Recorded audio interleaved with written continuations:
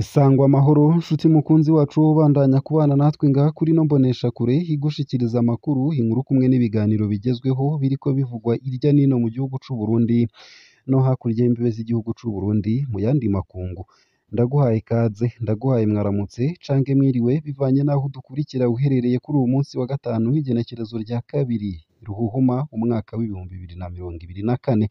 Ico utegerezwa gusa ni ukumanuka munsi y'ino video hama ugafyona imbere y'ijambo Isange TV, haraba handitse ijambo sabone canke subscribe, urafyondako hama uba udushikirije intererano yawe.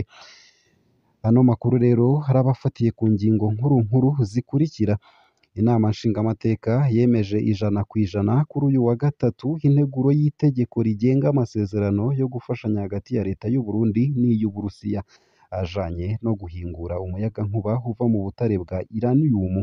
Abashingamateka baremera ko uwo muyagankuba woza gusahiriza kugira ubukene bwawo bugabanuke mu gihugu. Ariko Pascal Gikeke abaza imvo hatihutiwe kubanza kumenya ingene ubwo butare bungana. Umushikiranganje ajejwe amasoko ntanganguvu yishura ko ata amategeko yari ahari kandi ko batari no mwishirahamwe mpuzamakungu. Ibrahim Uwizeye akaba avuga ko vyari guca biboneka nk'uko bateye umutekano muke mu karere.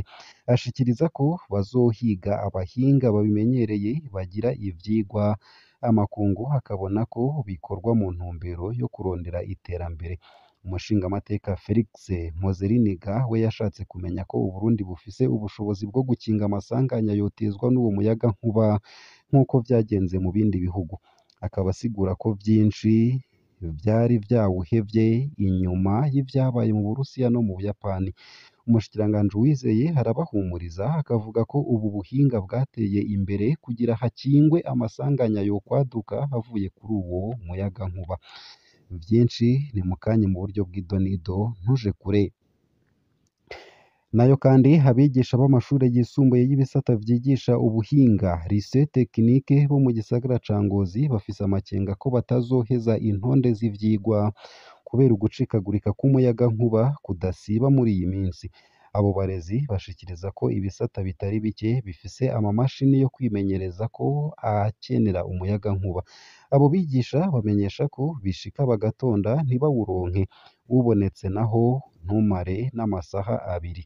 Ku bwabo bishobora kugirira ingaruka mbi abanyeshure bari mu mashuri azokora ikibazo ca leta gitanga uburenganzira bwo kuja muri kaminuza. Basaba ishirahamwe Regideso kuwubaronsa. Bamwe mu bakozi b'iryo shirahamwe Ingozi bamenyesha ko umuyagankuba udakwiye. Basigura ko hari ico gituma baguma bawusabikanya hakagira igihe bamwe baronka abandi bakabura. Vyinshi navyo nyene ni ngaha kuri no mboneshakure mu buryo bw'idonido.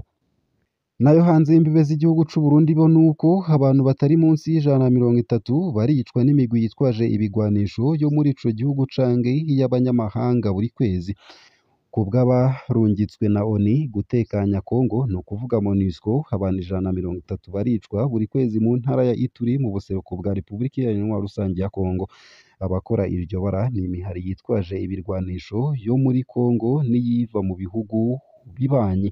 Mu mezi atatu ya mbere y'ibihumbi 2023 iryo shirahamwe ryaharuye abantu 800 bishwe.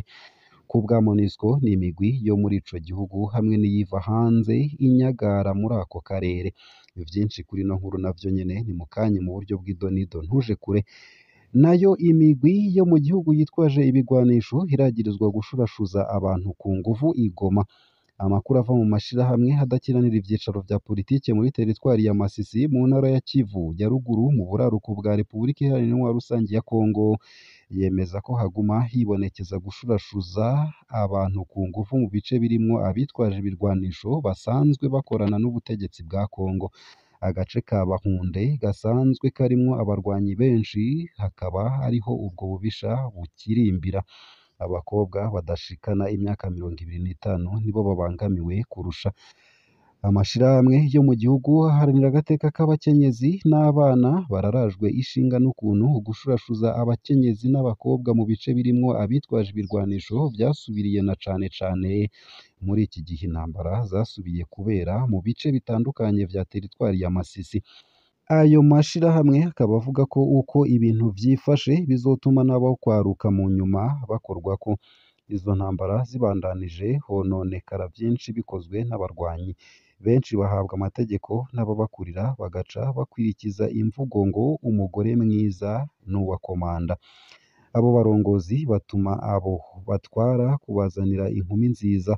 Abo bakobwa bagize ngo baremeye kurongorwa n'umwe muri bo baca babakoresha ibikorwa vy'agahato kandi bagafatwa ku nguvu bagaca babarungika iwabo. N'ubukoko. Nguko uko bivugwa n'uwaharanira agateka ka zina muntu muri ako karere. Avuga ko ababangamiwe kurusha hari abafise imyaka itarenga 25. Umukobwa w'i Rubaya muri Groupement ya Matanda afise imyaka ishika 20 atashimye kwivuga izina yarashurashujwe ku nguvu. Yabwiye SOS Media Burundi dukesha iyi nkuru ko abarwanyi bakoresha ku nguvu abo baheza bagashurashuza. Turashurashuzwa ku nguvu. Jewe nari iwacu haca haza abawazarendo babiri banyemeza gukunda umwe muri bo. Ngerageje guhakana baciye bamfata ku nguvu banjana mu kirindiro cabo i Rubaya. Nshitseyo bambariye ngo ndabatekere ivyo kurya. Umwe muri bo aca ambarira ko kuva ico gihe ndi umugore wiwe. Baciye bamfata ku nguvu uko ari babiri. Nta kigira inguvu baciye bambarira ngo ntahe muhira. Nico yibuka n'umubabaro mwinshi. Ayo mabi ngo sayiyadukiza kubw'uwahohotewe. Si jewe gusa cange mu kigwati iwacu ndetse no mu bigwati bitwegereye. Abagore barashurashuzwa ku nguvu buri munsi. Hari uwundi mukobwa w'umugenzi wanje yakorewe ayo mabi uko akaba ariko yavuze. Global Foundation ni ishirahamwe rihurikiyemwo abaharanira agateka k'abakobwa muri Afurika, aho basaba abarongoye intara kugurura amatohoza adahengamye kugira ngo abakora ako kabi bahanwe. Abagirizwa ayo mabi yo gushurashuza abantu ku nguvu bose bategerezwa kurengutswa mu butungane nk'uko bibonwa na Martin Gasingwa Havyarimana, umuhuzabikorwa w'iryo shirahamwe muri Repubulika Iharanira Rusange ya Kongo. Kuva hasubiye kwaduka intambara hagati y'igisoda ca Kongo na M23 kuva mu mpera y'umu mwaka w'2021, abagore barashurashujwe ku nguvu mu mazone arimwo M23. Nayo mu yandi makuru kandi ntunyemerere nkushikirize ino nkuru nyene ivuga ko abantu batari munsi y'130 bicwa n'imigwi yitwaje ibigwanisho yo muri ico gihugu canke iy'abanyamahanga buri kwezi. Kubw'abarungitswe na ONU gutekanya Kongo haribo MONUSCO nyine, abantu 130 baricwa buri kwezi mu ntara ya Ituri mu buseruko bwa Repubulika Iharanira Rusange ya Kongo. Abakora iryo bara ni imihari yitwaje ibirwanisho yo muri Kongo n'iyiva mu bihugu mu mezi 3 ya mbere y'umwaka w'2023. Iryo shirahamwe rikaba ryaraharuye abantu 800 bishwe. Kubwa MONUSCO ni imigwi yo muri ico gihugu hamwe n'iyiva hanze inyagara muri ako karere. Site ya Roda irimwo abantu 9,000 bateshejwe izabo n'intambara. Iri muri Groupement ya Zena muri segiteri ya Warendu Pitsi. Muri segiteri ya Warendu Pitsi iramaze guterwa kandi yama ibangamiwe n'abitwaje ibirwanisho ba Kodeko. Naho hafashwe ingingo zo gukinga ubwo bwicanyi zafashwe n'abarongozi basanzwe ari abasoda. Igipolisi na MONUSCO abateshejwe izabo bamana ubwoba bwinshi ubudahengeshanya. Ivyo ni ibisigurwa na Bussy Desi Vanite hasanzwe ari mu bateshejwe izabo mu kigwati ca Demuha, akaba yaje ava Iroda. Yabibariye abamenyesha makuru baho.